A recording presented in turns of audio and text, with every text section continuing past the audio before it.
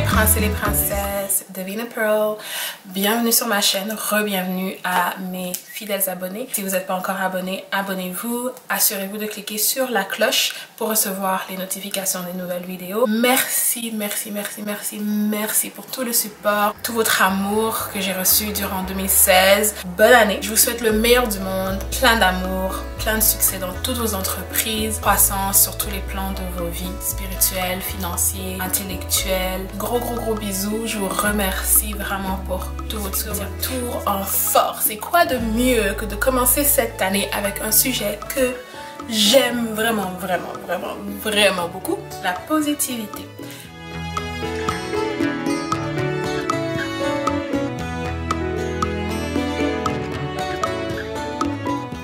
Alors aujourd'hui, je vais vous donner des trucs sur comment devenir une personne positive. Parce que je crois que peu importe les efforts qu'on fournit dans la vie pour atteindre nos buts, pour arriver quelque part, si on a une mauvaise attitude, si on a une perception négative de tout ce qui nous entoure, presque tout, on va pas loin. Une attitude négative ne nous emmène pas loin dans la vie. J'ai été longtemps une personne très négative, quoique très fonceuse, très ambitieuse, très travaillante. J'étais très négative. J'ai fait beaucoup de travail, donc je crois que je suis assez bien placée, de par ma petite expérience, pour vous parler de ce sujet, vous donner des petites astuces sur comment devenir une personne plus positive. En janvier, c'est la période des résolutions, c'est la période des je vais changer, nanana. Donc voilà une résolution pour ceux qui n'en avaient pas encore trouvé. Devenir plus positif. Et pour moi, c'est pas une New Year resolution, c'est pas une résolution de nouvelle année.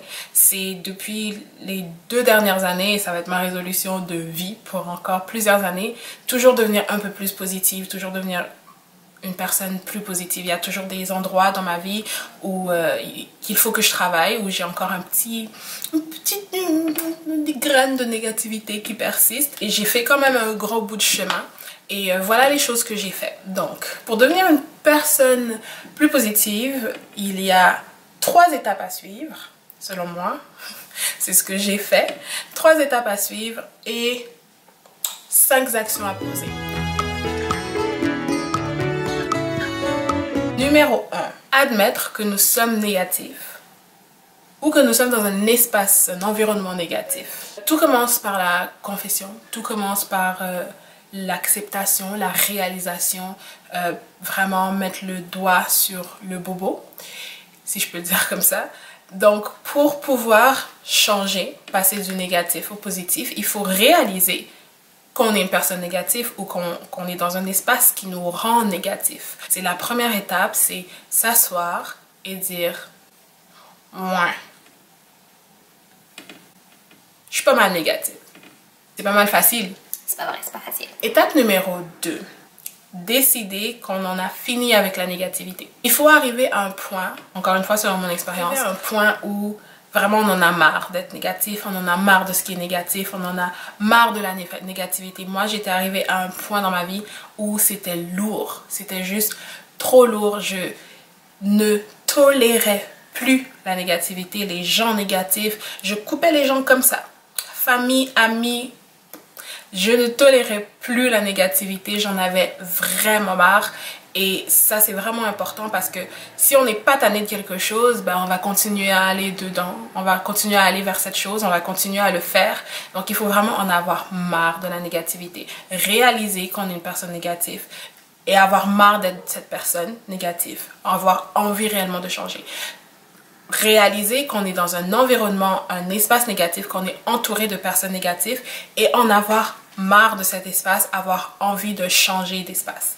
Parce que sérieusement, la négativité, c'est lourd. Étape numéro 3. Vouloir un changement réel et prendre action pour que ce changement prenne vie. Quand on veut quelque chose, mais qu'on s'assoit sur ses fesses et qu'on ne fait rien, bah, rien va se passer. Je veux dire, on n'est plus à l'époque de la manne. Si tu vas pas travailler, tu n'auras pas d'argent, il n'y aura pas d'argent pour payer les factures, il n'y aura pas d'argent pour mettre de la bouffe dans le frigo. Si tu te laves pas, tu seras sale. Tu veux dire. La 3e étape, c'est de vraiment désirer ce changement. On peut en avoir marre de quelque chose sans nécessairement désirer une autre. Et stagner. Avoir marre de la négativité et vraiment désirer un changement réel et prendre les actions qu'il faut pour devenir la personne négative. Excuse me. Pour devenir la personne positive qu'on cherche à devenir.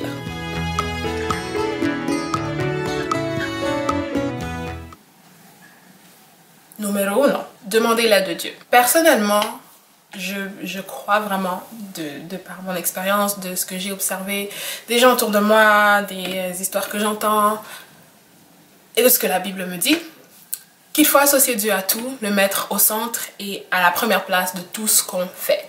Tout sauf rien. Dans ce processus de changement vers une vie plus positive, une personnalité plus positive, il faut associer Dieu. On peut vouloir de tout notre cœur quelque chose, on peut vouloir de toute notre force, de toute notre âme, s'y mettre vraiment, mettre tous les efforts, travailler comme dingue, travailler d'arrache-pied pour arriver à notre but. Mais si on n'associe pas Dieu, soit on va échouer, soit on va réussir, mais pas pleinement. On ne va pas arriver à une réussite totale. Il y aura toujours quelque chose qui va manquer dans l'accomplissement de notre projet. Donc, associer Dieu, demander l'aide de Dieu, prier, passer du temps dans sa présence, lire la parole, faire une prière, dire Seigneur, change mon comportement, change ma façon de voir les choses, change ma façon de réagir par rapport aux choses, change ma façon ma perception de la vie, de mon environnement, de mon entourage. Vraiment, ça, la première action à prendre, c'est demander l'aide de Dieu. Et le laisser nous aider aussi, parce que quand on demande l'aide de quelqu'un et qui nous donne les outlines, les guidelines sur quoi faire pour arriver à notre but et qu'on l'écoute pas, ça sert absolument à rien. Numéro 2, il faut changer la façon dont on pense. Voir le verre à moitié plein au lieu d'à moitié vide, type of thing. Je vous donne un exemple. Avant, si j'avais un problème avec un ami, on va dire, j'ai fait quelque chose pour la personne et à mon tour, la personne ne le fait pas. 90% du temps, j'aurais pensé que la personne m'aime pas autant que je l'aime, que la personne ne me donne pas de valeur, que la personne s'en fout de notre amitié, que c'est une mauvaise amie. C'est vraiment négatif de penser comme ça parce que peut-être que la personne a juste pas les moyens de t'aider à ce moment-là. Peut-être elle peut vraiment pas t'aider, qu'elle veut vraiment mais qu'elle peut pas. Et des fois, ça peut arriver que quelqu'un ne veut pas nous apporter de l'aide à un moment donné par rapport à une situation quelconque, mais ça veut pas dire que la personne est une mauvaise personne. Et moi, je pensais comme ça. Je suis toujours là pour toi. Si t'es pas là pour moi, t'es pas bien, t'es pas bon pour moi, t'es mauvais, je me retire. Et ça, c'est très négatif, c'est très toxique, je veux dire. C'est pas parce que quelqu'un ne peut pas vous aider là que c'est une mauvaise personne. Je voyais le verre à moitié vide. Quand il y avait des situations qui se présentaient dans ma vie, j'allais toujours du côté dark, du côté obscur, glauque. Et je voyais toujours le négatif dans tout. Avec le temps, j'ai commencé à changer ça. J'ai commencé à me dire, par exemple, si c'est une amie, un ami ne peut pas m'aider à ce moment-là, je me dis, bon, peut-être que la situation la met mal à l'aise. Ou le met mal à l'aise, ou peut-être qu'elle n'a pas les moyens de m'aider. Parce qu'il y a des fois aussi où moi je voulais aider quelqu'un mais que je ne pouvais absolument pas. Est-ce que ça fait de moi une mauvaise personne? Non. Est-ce que ça fait de moi une mauvaise amie, une mauvaise soeur, cousine, enfant? Non. Non. Donc, action numéro 2, il faut vraiment changer la façon dont on voit les choses. Ne pas toujours aller vers le négatif. Mais attention, il faut pas non plus tomber dans la naïveté, il faut pas non plus tomber dans... Je trouve pas le mot, mais il faut pas non plus devenir cette personne qui croit tout, qui accepte tout, puis qui voit toujours le bon dans tout le monde et qui est pas capable de tracer une ligne. Quand quelqu'un ne t'aide jamais alors que tu es toujours là pour la personne, je pense qu'il est temps de se poser des questions, hein. On n'est pas négatif si on se dit basta, enough is enough, c'est fini. Il faut pas non plus tomber dans ce trou-là de tout prendre de tout le monde au nom de la positivité. Action numéro 13. Changer son entourage.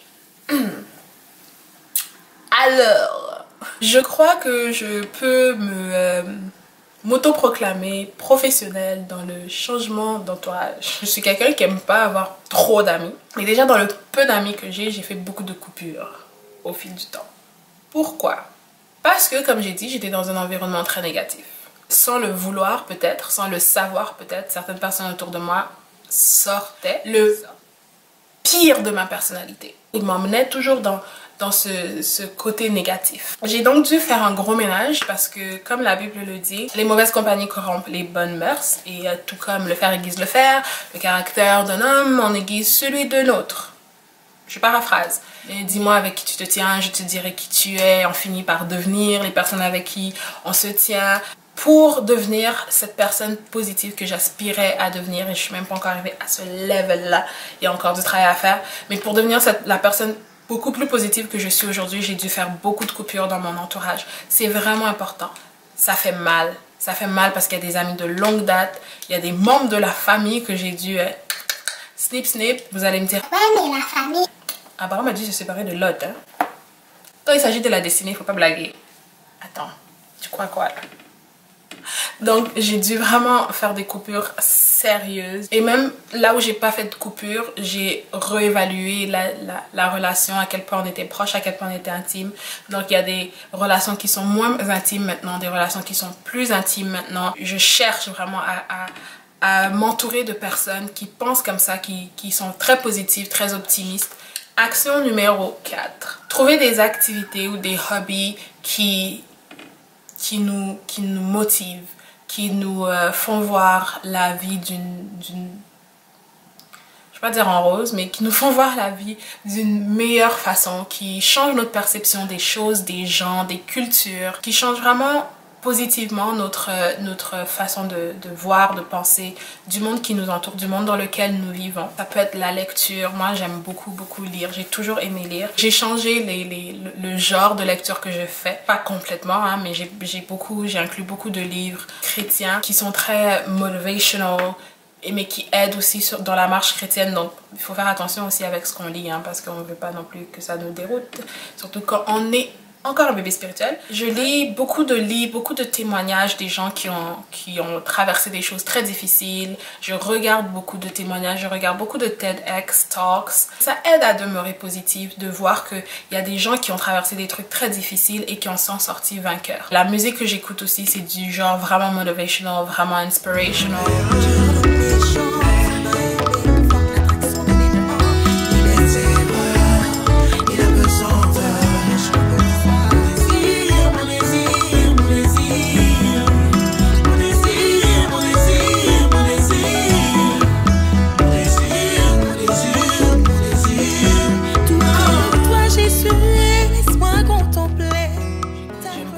La musique, c'est un de mes hobbies. J'essaie de faire des activités, d'aller dans des workshops, dans des conférences. Je suis tout le temps en train de chercher. Bon, des fois, les moyens ne permettent pas, mais je suis tout le temps en train de chercher des trucs. Là, je me suis inscrite pour une conférence de genre life coaching. It's a one day conference. Vraiment, juste des trucs qui nous plaisent, mais qui contribuent à notre croissance personnel, à notre développement personnel. Et devenir une personne plus positive fait partie du développement personnel. Parce que comme j'ai dit tout à l'heure, si on travaille fort mais qu'on est très négatif, on va pas vraiment loin. Action numéro 5. C'est pas vraiment une réaction là, c'est un bonus. Mais parce que je l'ai fait, parce que j'ai vraiment aimé, parce que je compte le refaire, je vous invite à le faire. Action numéro 5, c'est faire le 100 je vais y arriver. 100 Happy Days Challenge.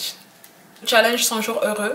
Je sais pas s'il est en français, mais 100 Happy Days Challenge, je l'ai fait en 2015. Ça m'a vraiment aidé. Ça, j'en suis ressortie vraiment grandie. Le challenge, c'est pendant 100 jours, on doit poster au moins une photo de quelque chose qui nous a rendu heureux, qui nous a fait du bien, qui nous a fait sourire sur les réseaux sociaux. Vous n'êtes pas obligé de poster une photo de la chose exacte. Vous pouvez poster quelque chose qui fait penser à cette chose. Par exemple, si c'était, je sais pas moi, faire un bonhomme de neige, mais vous n'avez pas la photo du bonhomme de neige, vous pouvez poster la neige. Exemple, vous pouvez poster plus d'une photo si vous voulez, mais c'est minimum une photo par jour. Je vais mettre le site pour que vous puissiez regarder les règles exactes. Ce que ça m'a fait à moi, c'est que ça m'a forcé. Et il y avait des moments, par exemple, en avril, si vous allez sur mon blog, vous allez voir l'article He was everything I've ever wanted. Il était tout ce que j'ai toujours voulu. J'ai eu un petit accrochage avec le garçon que je fréquentais. Et c'est quelqu'un que j'aimais beaucoup, que je respectais beaucoup. Donc, c'était pas très facile. mais je faisais le 100 Day Challenge et ça m'a vraiment beaucoup aidé. Ça force vraiment à mettre le focus, à mettre l'emphase sur les bonnes choses qui sont arrivées dans notre journée. Et faire ça pendant 100 jours, à la longue, ça force vraiment à mettre l'emphase et le focus sur les bonnes choses qui nous arrivent dans la vie. En général, au lieu de se morfondre, de se plaindre de ce qui ne va pas, on est vraiment forcé là, à focus, à penser à au moins une chose qui nous a rendu heureux et ça rend vraiment beaucoup plus positif. Honnêtement, jour 1 et jour 50, j'étais plus la même personne. Jour 50 à jour 100, il y a encore eu encore plus de croissance. 100 Happy Days Challenge, c'est vraiment à faire. C'est vraiment à faire. Pour finir cette vidéo, il y a 3 étapes pour devenir une personne plus positive. Étape numéro 1, admettre que nous sommes une personne négative ou que nous sommes dans un espace négatif. Étape numéro 2, en avoir marre de la négativité. Décider que la négativité, c'est fini. Étape numéro 3, vouloir désirer un changement réel et prendre les actions pour arriver à ce changement. Et les actions, il y en a 5.